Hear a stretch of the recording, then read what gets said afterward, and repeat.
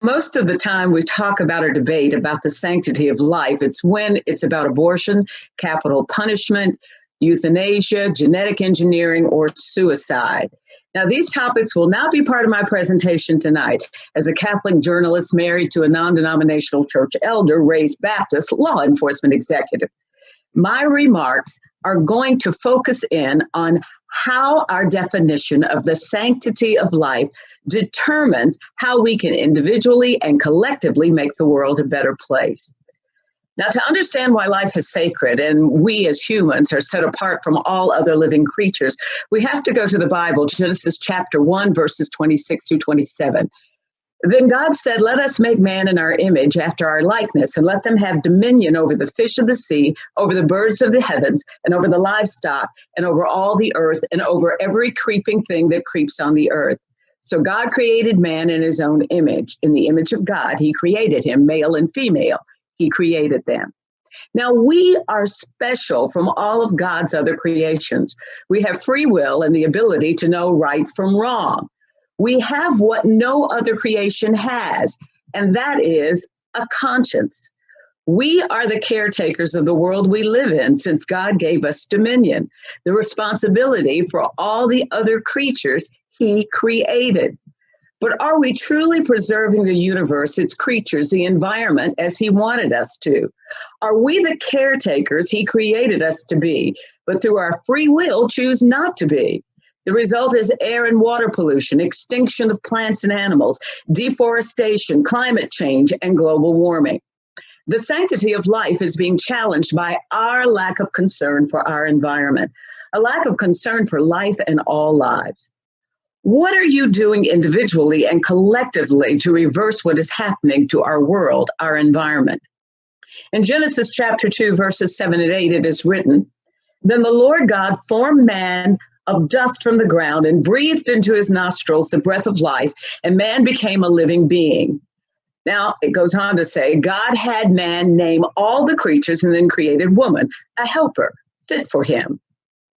God created groups of creatures, but only one man from the dirt and breathed life into him. God did not do that with anything else. One man, created by himself, alone, an individual. Remember, Eve was created from Adam's rib. By creating Adam alone, God let us know that each one of us is important in life. We are meaningful, precious, loved by God. There are no throwaway people, no less than people, no insignificant people. Now, this is emphasized in Malachi chapter 2, verse 10. Do we not all have one Father? Did not one God create us? Why do we profane the covenant of our ancestors by being unfaithful to one another? In Leviticus chapter 19, verse 15, it is written, "You shall do no injustice in judgment. You shall not be partial to the poor or to forward to the great, but in righteousness shall you judge your neighbor." Now that verse makes me ask several questions. Is there truly equal justice in the criminal justice system?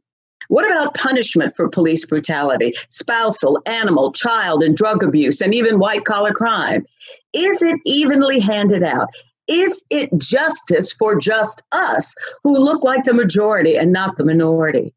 Why have the immigration policies that open the doors for success to immigrants from Europe no longer working for those from Muslim, Black, and brown nations?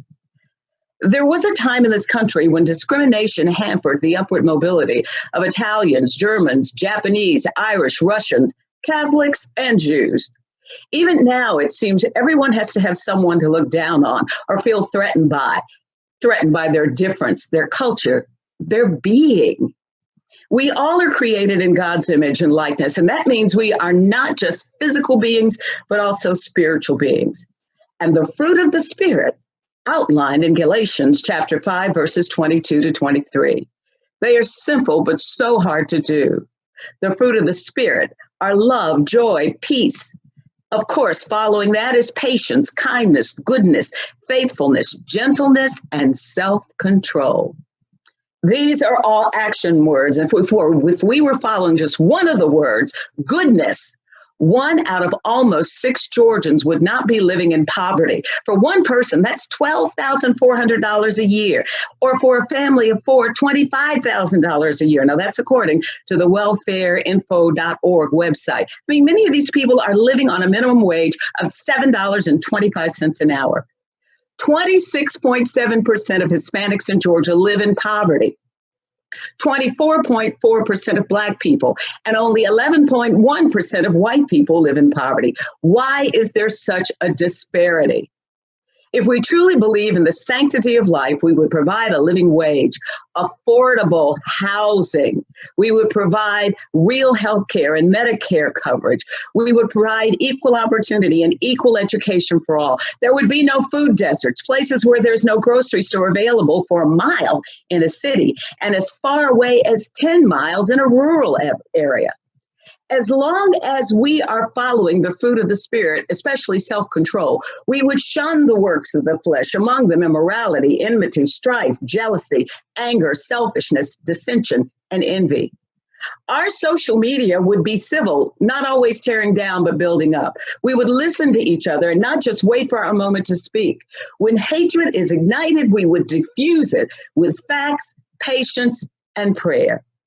If we honestly believe in the sanctity of life, we believe in the dignity of human life, the sacredness of human life, and the worth and value of human life, we would abide by the 10 commandments, employ the fruit of the Spirit, and love our neighbors as we love ourselves.